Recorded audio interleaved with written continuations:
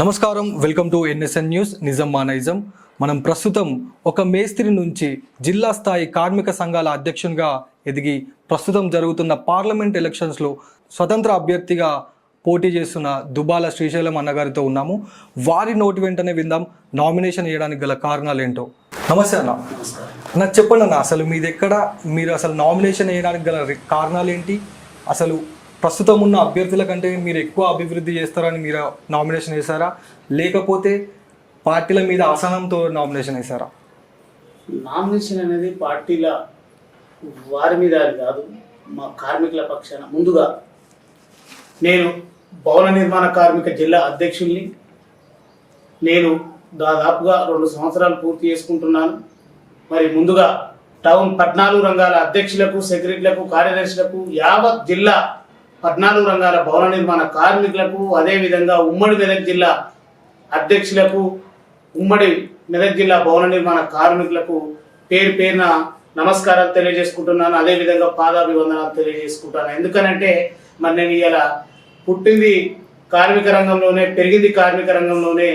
మరి యొక్క కార్మిక రంగం నుండి నేను నిజంగా ఇది నమ్మసకంగా లేదు. ఎందుకనంటే నేను ఇలా జిల్లా స్థాయి అధ్యక్షులుగా అవడానికి మరి నాకు గల మా కార్మికులు ఎంతో ప్రోత్సహించి మరి నేను ఈ స్థాయికి రావడం జరిగింది. మీ అందరికి కూడా ఇది శుభాభివందనాలు అని చెప్పి కూడా తెలియజేస్తా ఉన్నాను. అన్న చెప్పండి అన్న, అసలు నామినేషన్ వేయడానికి గల కారణాలు ఏంటి? నామినేషన్ వేయడానికి గల కారణాలు చాలా ఉన్నాయండి, చెప్పుకుంటూ పోతుంటే. కార్మికులకు ఇవాళ మనిషి పుట్టిన కాడి నుంచి చచ్చేంత వరకు భవన నిర్మాణ కార్మికులు లేని సృష్టి లేదు. ఎందుకనంటే మరి ఇలా భవన నిర్మాణ కార్మికుడు పుట్టేది హాస్పిటల్ కట్టేది భవన నిర్మాణ కార్మికుడు, ఇలా గుడి కట్టేది కార్మికుడు, బడి కట్టేది కార్మికుడు, ఇలా అసెంబ్లీ కట్టేది కార్మికుడు, పార్లమెంట్ కట్టేది కార్మికుడు. మరి ఇటువంటి కార్మికులను ఏ రోజు కూడా భవన నిర్మాణ కార్మికులను మరి ఏ ప్రభుత్వం కానీ పట్టించుకుంటలేదు. మరి ఎందుకు నేను కూడా జిల్లా అధ్యక్షులు అయిన కానించి ఉన్నటువంటి ప్రభుత్వాల దగ్గరికి తిరగడం జరిగింది. మరి ఇలా ప్రభుత్వాలు పట్టించుకోనప్పుడు మా పరిస్థితి ఏంటి? మరి ఇలా కార్మికులకు మరి వీళ్ళు చేస్తారు వాళ్ళు చేస్తారని చెప్పి నేను సభలు పెట్టినప్పుడు మరి ప్రభుత్వంలో ఉన్నటువంటి పెద్దల్ని కానీ మరి ప్రతిపక్షాల దగ్గర కూడా మేము వెళ్ళడం జరిగింది.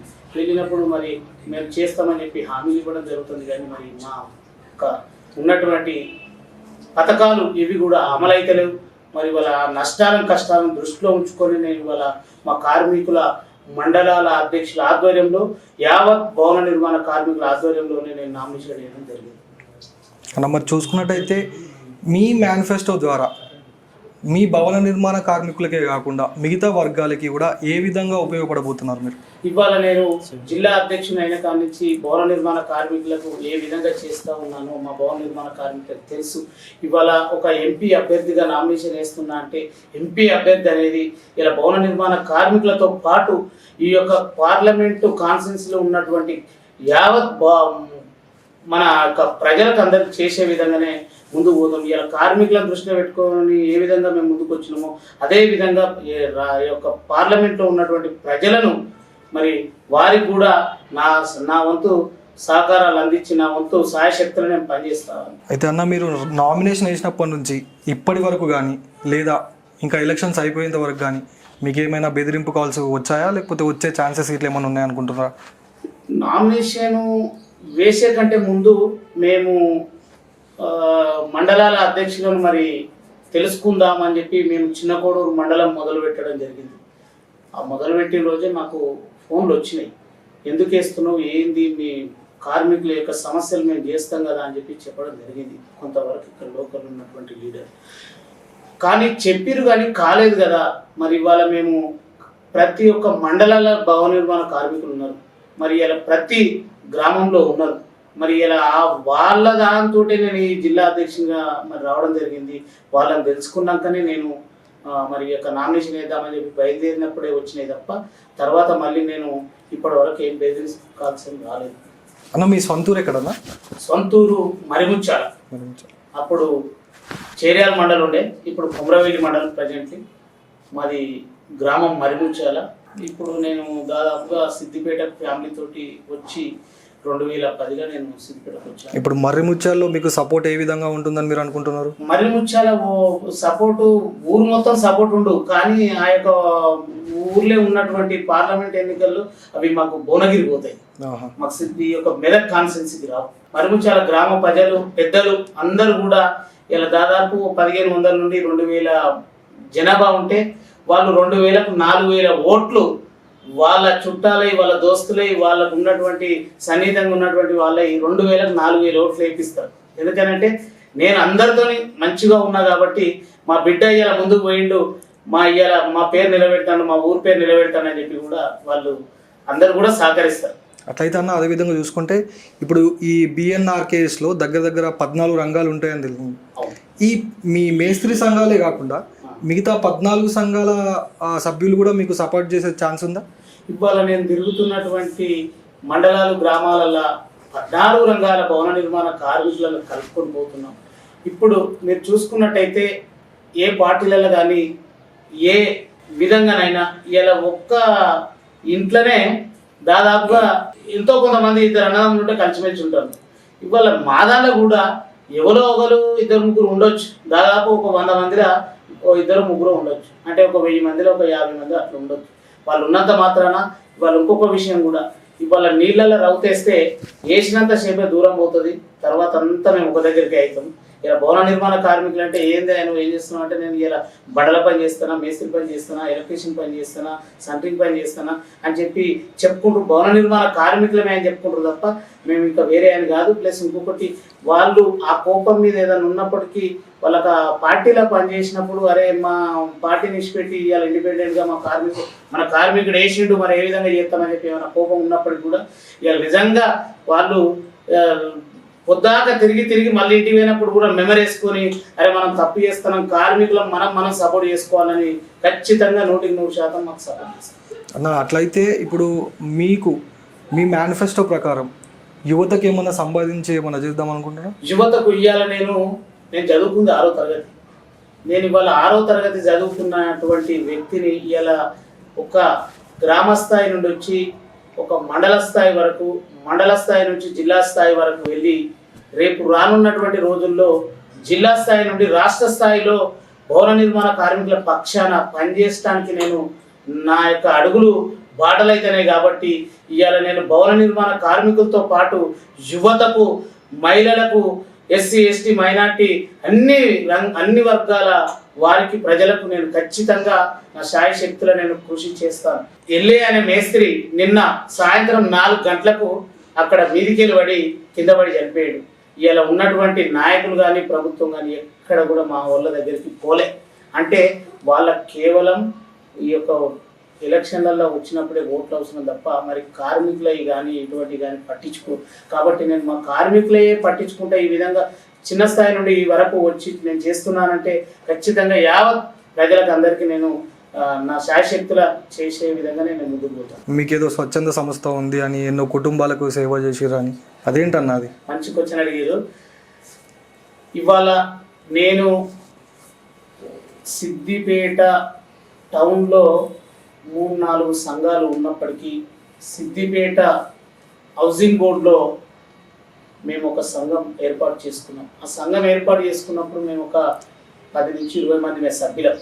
ఆ 20 మంది సభ్యులలో మరి మేము అధ్యక్షులుగా, నేను ఇవాళ దాదాపు అది 10వ సంవత్సరం అవుతుంది స్టార్ట్ చేసిన కాంచి ఇప్పటికి నేనే అధ్యక్షులుగా అందులో ఉన్నాను.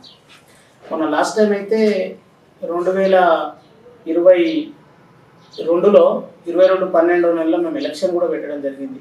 నాకు తెలిసి బహుశా ఈ 40 సంవత్సరాలలో కార్మిక రంగంలో ఎలక్షన్ తెచ్చింది అని అంటే ఒక మా హౌసింగ్ బోర్డు సంఘమే, ఒక శ్రీశైలంగా అధ్యక్షులు ఉండి శ్రీశైలమే మరి ఒక మా హౌసింగ్ బోర్డు సంఘం పెద్దలతోటి, ఈ హౌసింగ్ బోర్డు సంఘంతో కార్మిక రంగంలో ఈ యొక్క ఎలక్షన్ పుట్టింది. అన్న ఇప్పుడు మీరు ప్రచారం చేయాలంటే ఉత్తుతో ముచ్చట కాదు, దానికి వెహికల్స్ కావాలి, పాంప్లెంట్స్ కావాలి, ఫ్లెక్సీలు కావాలి, కార్యకర్తలు కావాలి, దీనికి చాలా ఖర్చు అయింది.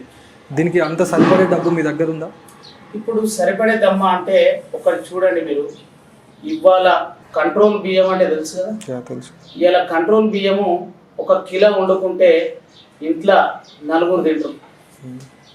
అదే సోనా మసూర్ బియ్యం సోనా మసూరు బియ్యం కిలో తెచ్చుకుంటే దీని కాస్ట్లీ ఎక్కడ, దాని కాస్ట్లీ ఎక్కడ, అది తినేది గంతే, ఇది తినేది గంతే. అంటే నేను ఏమంటున్నా దీన్ని బట్టి అర్థం అంటే, నిజంగా ఇవాళ నేను అంబేద్కర్ గారి జయంతి రోజే నేను ఇవాళ మీటింగ్ పెట్టడం జరిగింది. ఎలక్షన్ సంబంధించి మొన్న ఏప్రిల్ 14 తారీఖు మీటింగ్ పెట్టిన రోజు దాదాపు ఒక 1000-1200 మంది మా కార్మికులు వచ్చారు.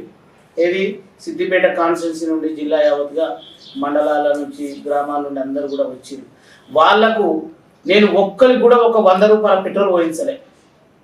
కేవలం వాళ్ళను ఇలా మన కార్మికుడు ముందుకు పోతుండని చెప్పి ఒక్క అడుగు వేసిండు, మనం ఎందుకు చేయొద్దని చెప్పి మేము ఎందుకు పోవద్దని చెప్పి అందరూ కూడా మరి ఇలా కార్మిక రంగంలో ఉన్నటువంటి పనిచేస్తున్నటువంటి కార్మికులందరూ కూడా ఇలా నేను చేస్తున్నటువంటి సేవలను చూసి, నేను చేస్తున్నటువంటి పనిని చూసి వాళ్ళందరూ కూడా మరి ఈ యొక్క మీటింగ్కి ఆదరంటే అదే విధంగా పార్టీల వాళ్ళు కావచ్చు, ఇంకెవరైనా కావచ్చు పెడితే ఇవాళ వాళ్ళకు ఫుడ్ అక్కడ ఉన్నటువంటి కాకుండా మీటింగ్ హాల్ చైర్స్ లేదంటే ఫుడ్ ఇవన్నీ కాకుండా వాళ్ళకు వెహికల్స్లల్లా పెట్రోల్ పోయడము, పైసలు ఇవ్వడము ఇవన్నీ కూడా చేస్తూ ఉంటారు. మీరు చూస్తారు, మేము కూడా చూస్తున్నాం.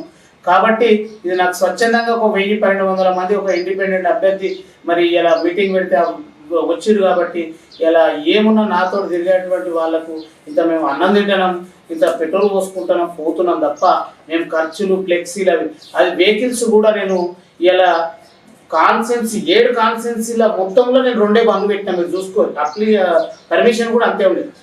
ఒకటి నేను తిరిగే వెహికల్, 2 మేము ఈ ప్రచార రథాలు 2 పెట్టినాం.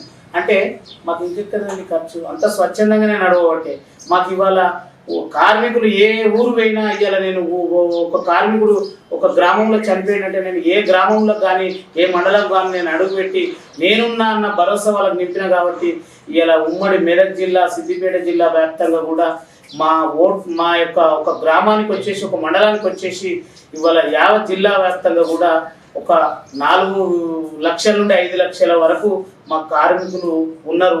ఇలా మా కార్మికులు ఒక్కసారి కన్ను మూసి తెరిస్తే ఖచ్చితంగా మా విజయ జెండా, మా యొక్క జెండా, కార్మిక జెండా ఎగరవేయడానికి రెడీ అన్న. అట్లయితే ఇప్పుడు బరిలో మెదక్ నియోజకవర్గం హాట్ టాపిక్ అయితే మిగతా 3 పార్టీల అభ్యర్థులను కాదని జనాలు మీకు ఎందుకు ఓటేయాలన్న? జనాలు అంటే మేము వచ్చిందే కార్మికులుగా, కర్షకులుగా. అరే ఒక కార్మికుడు ముందుకు వస్తుండు. ఇవాళ మేము టీఆర్ఎస్కి అన్నా, కాంగ్రెస్కి అన్నా, బీజేపీకి అన్నా అనే అపోలో ఉన్నారు అంతా, జనం అంతా. ఇలా ఒక నీతి నిజాయితీగా నేను ఇవాళ మా కార్మికుడు ఒక ఊర్లో కార్మికుడు చనిపోయినప్పుడు నేను నీతి నిజాయితీతో పోయి వాళ్ళని పరామర్శించి వాళ్ళకి ధైర్యం చెప్పి మనోధైర్యాన్ని చెప్తానగా అక్కడ ఒక కార్మికులే ఉండరు, ఆ గ్రామంలో ఉన్నటువంటి ప్రజలందరూ ఉంటారు. అరే నేను నిజంగా భవన నిర్మాణ కార్మిక అధ్యక్షుడు కదా, మరి ఇలా ఈ యొక్క చిన్న స్థాయి నుండి ఈ స్థాయి వరకు మరి ఇలా మరి ఒక కార్మికుడు చనిపోతేనే ఈ విధంగా ఉన్నాడు, మరి ఎవరు రాలేదయ్యా అని మాకు మండల స్థాయి లీడర్ కూడా ఎవరు, ఏ పార్టీ వాళ్ళు కూడా వస్తలేరు. ఇలా మా కార్మిక నాయకుడు వస్తుండు అని చెప్పి అందరూ కూడా ఇవాళ ఆలోచిస్తారు. ఇలా నిజంగా నువ్వు చేసేది మంచిగా ఉంది బిడ్డ అని చెప్పి అందరూ కూడా చెప్తారు. కాబట్టి ఇలా కార్మికులతో పాటు ఉన్నటువంటి యావత్ జనాభా కూడా మాకు సపోర్ట్గా నిలుస్తుంది.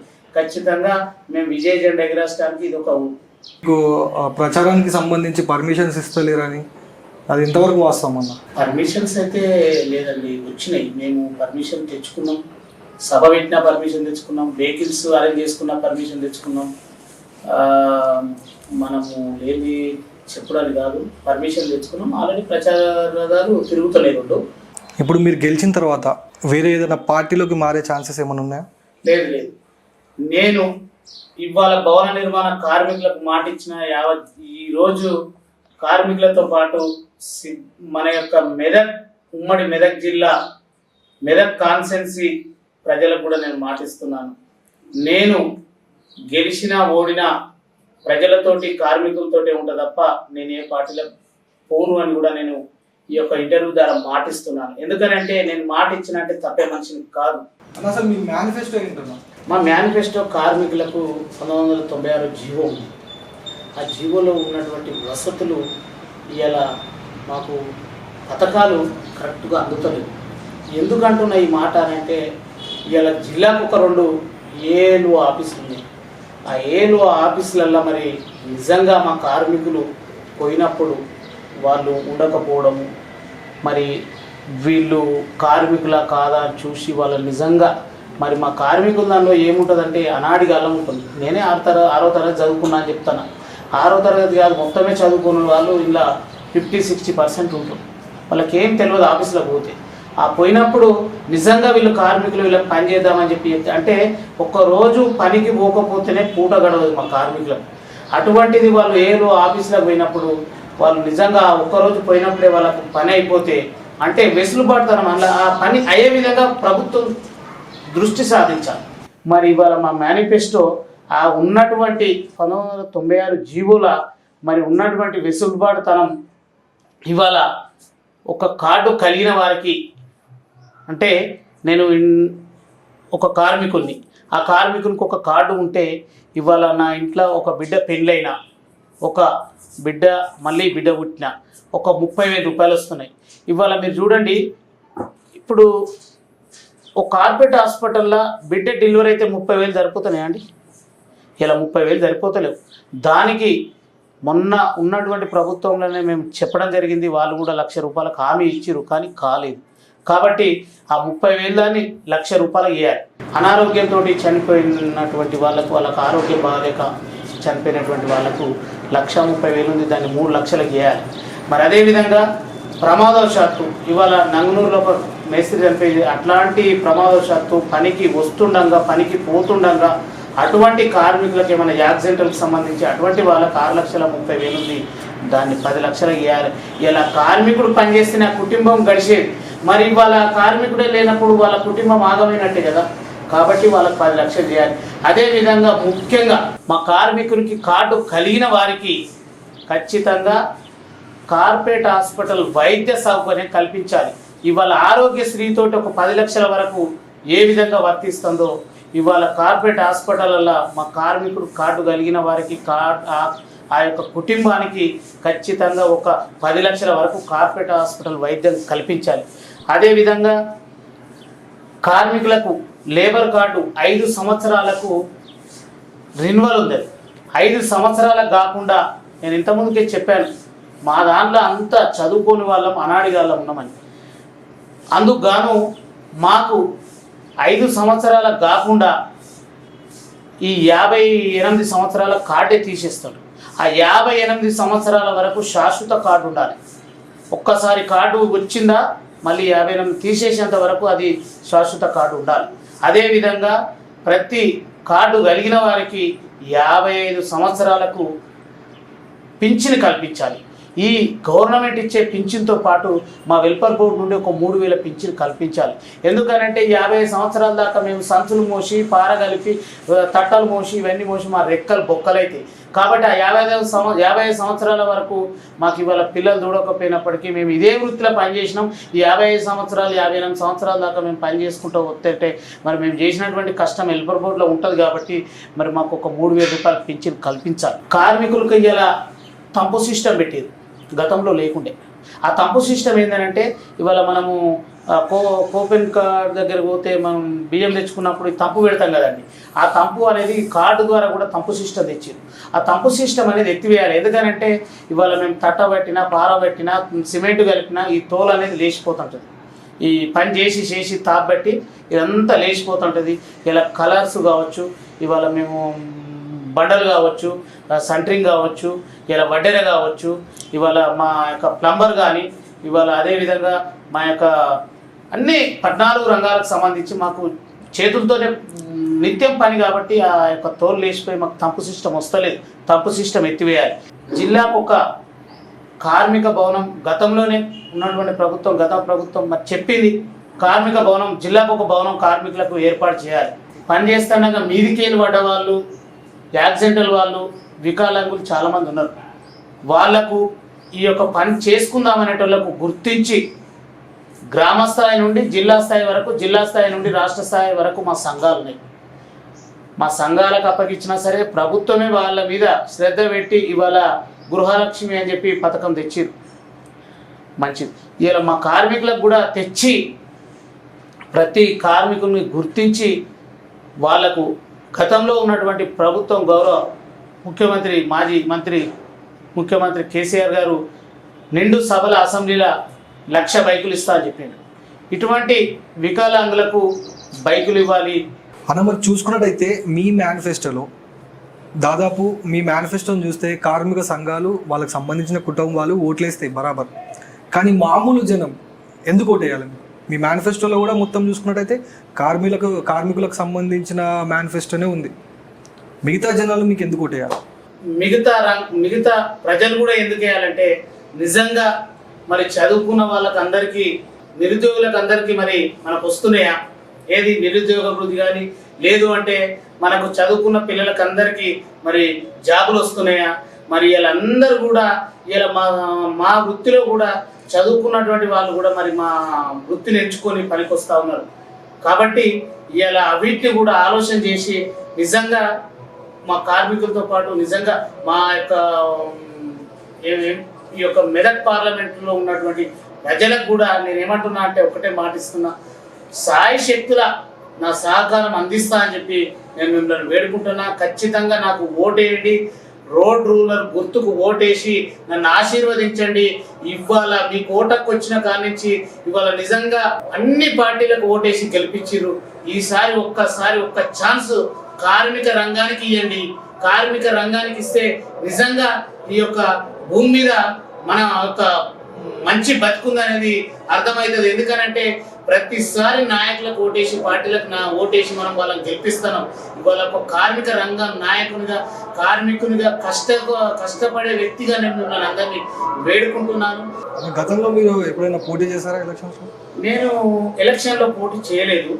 నేను మరి సడన్గా డైరెక్ట్ ఎంపీగా పోటీ చేయడానికి గల ధైర్యం, మీకు ఇన్స్పిరేషన్ ఎక్కడి నుంచి వచ్చిందన్న? ఇన్స్పిరేషన్ ఇవాళ మాకు ఉన్నటువంటి భవన నిర్మాణ కార్మిక రంగంలో నేను గ్రామ స్థాయి నుండి జిల్లా స్థాయి వరకు నేను నాయకునిగా వచ్చిన కాబట్టి మన సిద్దిపేట జిల్లాకు ఉన్నటువంటి 25 మండలాలలో దాదాపు ఒక్కొక్క మండలానికి వచ్చి 23 గ్రామాలు, 18 గ్రామాలు, 16 గ్రామాలు, 50 జిల్లా ఉన్నటువంటి 14 రంగాల భవన నిర్మాణ కార్మికుల కడపదొక్కిన కాబట్టి, కార్మికులకు ఉన్నటువంటి కష్టాలను తెలుసుకున్నా కాబట్టి నా శాయశక్తులను నేను కొద్దిగా దాకా ఒక 1000 రూపాయలు సంపాదించుకుంటే ఆ 1000 రూపాయల దానికి ఒక 200 ఖర్చు పెట్టుకుంటూ మా మిత్రులందరూ, మా భవన నిర్మాణ కార్మిక మిత్రులందరూ ఇలా వాళ్ళు కూడా నాకు చేదోడు వాదోడుగా నిలిచి వాళ్ళ జేబులకి వెళ్ళి కూడా 1000, 500 నేను ఒక 10 రూపాయలు పెడితే వాళ్ళు ఒక 8 రూపాయలు, 6 రూపాయలు అట్లా అందరం కూడా పెట్టుకుంటూ ఇలా భవన నిర్మాణ కార్మిక రంగంలో ఇలా ఒక వెలుగు వెలిగించినాం. కాబట్టి మనం చేస్తే కాందంటూ ఏముంది,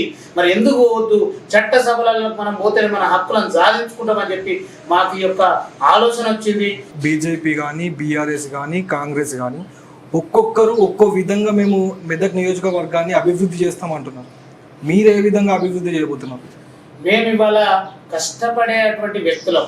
నిజంగా వాళ్ళు మీకు తెలుసు, ఇలా బీఆర్ఎస్ నుంచి ఎవరున్నారు, కాంగ్రెస్ నుంచి ఎవరున్నారు, బీజేపీ నుంచి ఎవరున్నారు, మిగతా పార్టీ నుంచి ఎవరున్నారు. నిజంగా ఒక కార్మికుల కష్టం తెలిసినటువంటి ఇలా ముందుకు వస్తే వాళ్ళకంటే ఇప్పుడు చిన్న స్థాయి కుటుంబ సభ్యుల దగ్గరికి వాళ్ళు పోలేదు. ఇవాళ నేను చిన్న స్థాయి నుండి పెద్ద స్థాయి వరకు అందరిని గౌరవించుకుంటూ నేను పోతా కాబట్టి ఇవాళ నాకు ఓట్లు వేస్తారు. మీరు ఒకవేళ గెలిస్తే మనకు స్టేట్ గవర్నమెంట్ కాంగ్రెస్, సెంట్రల్లో బీజేపీ, మీరు ఏ పార్టీలో కూడా నేను చేరను గెలిచిన తర్వాత అంటున్నారు. ఏ విధంగా పార్లమెంట్లో కొట్లాడి అభివృద్ధి చేస్తారని మేము అనుకోవాలి? ఎందుకు అనుకుంటారు మీరు? నేను ఇవాళ ఒక్కరిని, ఇవాళ మీరు 100 దాకా 1000 దాకా చదివేది ఒకటితో స్టార్ట్ అవుతుందా, లేకపోతే ఒకటేసారి 1000 అంటారు? ఒక్క మాట ఎందుకు చెప్తాను ఈ మాట అంటే, నిజంగా ఇవాళ ఎంపీ మన రాష్ట్రంలో ఉన్నటువంటి 17 స్థానాలు ఉన్నాయి. ఇవాళ అసెంబ్లీ స్థానాలు 119 ఉన్నాయి. ఇవాళ శ్రీశైలం అనేటువంటి ఒక్కడే. రేపు రానున్నటువంటి రోజుల్లో గ్రామ స్థాయి నుంచి జిల్లా స్థాయి వరకు, జిల్లా స్థాయి నుంచి రాష్ట్ర స్థాయి వరకు మాకు జరుగుతున్నటువంటి కష్టాల మీద ఖచ్చితంగా భవన నిర్మాణ కార్మికుల ముందుకు వస్తాం, అందరం కూడా నిలబడతాం. మాకు ఇవాళ ఈ ఒక్కనే వందలాదిగా వేలాదిగా మేము కూడా దిగుతాము ఇలా మా చట్ట సభలో అని చెప్పి నేను ఈ విధంగా తెలియజేస్తున్నాను. బీఆర్ఎస్ పార్టీ అభ్యర్థి వెంకట్రామరెడ్డి గారి మీద మీ అభిప్రాయం ఏంటన్నా? అభిప్రాయం అంటే ఇప్పుడు నేను కొత్తగా ఇండిపెండెంట్ అభ్యర్థిగా కార్మికుల పక్షాన వచ్చిన, నేను చెప్పినటువంటి విషయాలు మాకు ప్రభుత్వాలు ఏవి కూడా పట్టించుకోలేదని చెప్పిన.